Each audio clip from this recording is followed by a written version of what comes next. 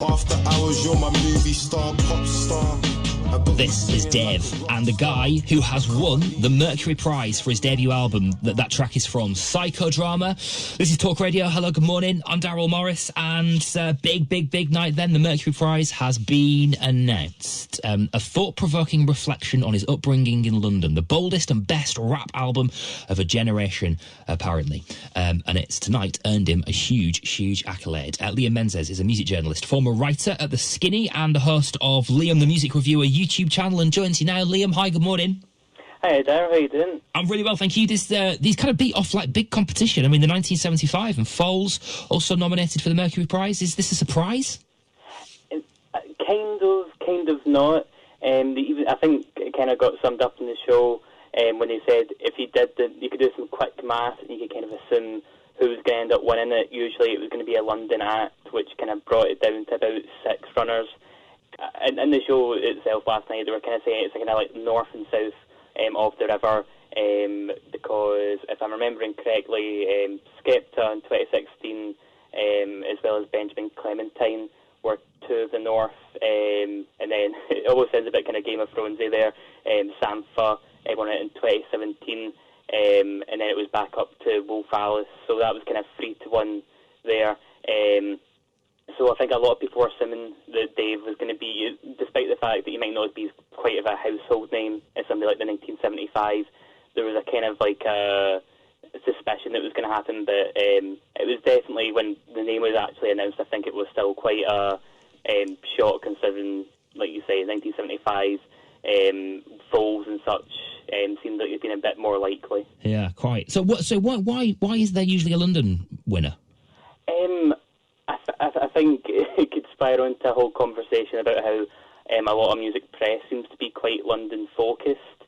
When you look at the nominations for this year, it kind of bucked the trend a little bit. We did get Fontaines DC, so that's an Irish act. A few other acts like Slow Ties, so you're up a bit more north. 1975 as well, that's Manchester. Nothing from Scotland, sadly. But I do think that when it comes to the state of music press, it does seem to be quite London-based. So the music industry has a London problem? I guess it can go into quite a lot of other kind of like channels of life as well as it comes to politics and that. It seems to be quite... London seems to get quite a lot of attention, so maybe that's kind of a... It does, you're telling me. I grew up in Bolton, live in Manchester, I know too well. Okay, listen, we probably shouldn't dwell on that, Liam, because we could be here all night. What I'm really interested in here as well is the fact that a lot of the acts nominated for the Mercury Prize this year, and it feels like music in general is having a bit of a political resurgence as well, which is no major surprise that people are saying that. Is it true? I wouldn't argue with that at all. I remember vividly whenever it came to both. I think the big one was whenever Trump in 2016, folk were saying, we're going to get a lot of good music out of that. I don't really remember a lot. I can't really recall a lot of great music from across the pond when it came to politics all that much. There's definitely some, but not a lot. But when it came to British music right now, it's been... you can't ignore it at this point. I think the Mercury Prize nominations this year definitely seem to kind of capture that, definitely. Well, it's interesting, actually, you should say that about America. We've got a clip here of a freestyle rap that Eminem did after Trump's election, in the years after, I think it was about a year and a half after Trump's election, this actually. This was shown at one of those big award ceremonies and was a big moment. This is Eminem and his reaction to Trump. That's an awfully hot coffee pot. Should I drop it on Donald Trump? Probably not, but that's all I got till I come up with a solid. But we better give Obama props, cause what we got in office now's a kamikaze that'll probably cause a nuclear holocaust. And while the drama pops and he waits for to quiet down, he'll just gas his plane up and fly around till the bombing stops. Okay, that was potentially a career-limiting moment there, but I think we got away with it. So I think it's fair to say that from Trump has come clearly some angst, but you're saying that is more prevalent over here. Yeah, definitely. And I don't really know what would be quite the cause behind that. I think it's been interesting enough how there's been different ways that's been done. because, like I was going to say there, Slow Tie, obviously a bit more of kind of like a grime hip-hop effort, but somebody like the 1975 is a bit more of kind of like a poppy protest effort, and then somebody like Idols, a lot more punky. So maybe it's been more of a case of there's been more of a varied output, as opposed to in America it seems to be the loudest voice kind of trickle to the top. Sure. What's interesting about the 1975 that you mentioned there, Liam, as well, is that a lot of their art and their music tends to be anti-capitalist. It's climate change. They literally had a track with Greta Thunberg's vocal on it, which I saw them do live at Leeds Festival, and it was very affecting, incredibly powerful piece of art. And I also get the impression, Liam, that a lot of those who are making the art tend to be quite liberal and, if you will, left-leaning and into causes like climate change and railing against capitalism. Those who are at the top of the music industry tend to be quite conservative, with a small c and a big C in some cases. Does that cause a bit of friction? Definitely. I would. It's not something that I've ever thought about too much, but I do think it's something you can't exactly ignore. But I guess when it comes to something like all the music that's been brought out for this Mercury Prize, it's kind of shown that you're not going to really get anywhere without kind of like can't make an omelette without cracking a few eggs. And I do think a few of the acts have definitely shown that there's a place for politeness in that, but there's also a place for kind of using whatever I guess leverage you might have. You might, like you say, some of these acts might be quite up there when it comes.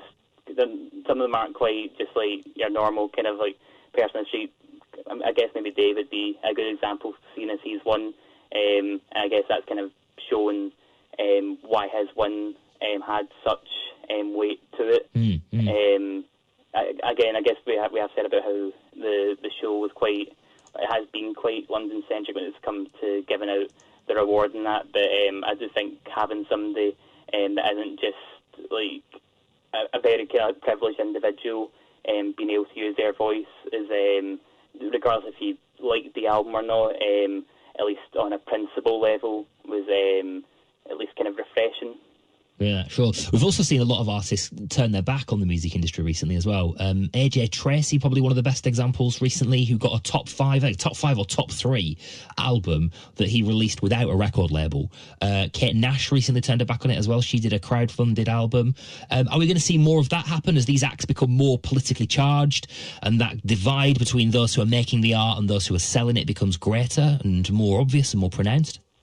Yeah, I think nowadays you've kind of got that avenue, I would say, because obviously when it came to, I don't know how long we'll be talking about, but I think you've got so many different avenues like your Bandcamp and whatnot, where if it really comes down to it and you feel like you might be compromised at any level, or like you say, you kind of turn your back on it, you've at least got that way to kind of, you don't have to worry about censoring yourself, you don't have to worry about the kind of the plight of.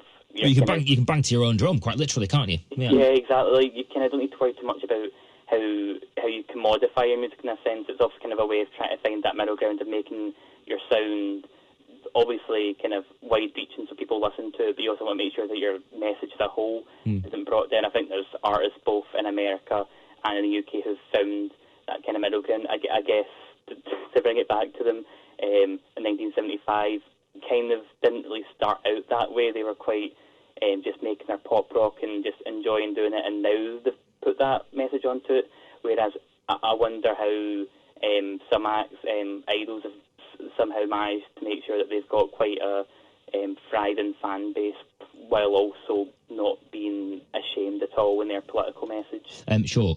Gary has tweeted at TalkRadio if you want to say hi this morning. Hi Darryl, Dave won. How garbage was the opposition? His attempts at rhymes, to put it mildly, are puerile.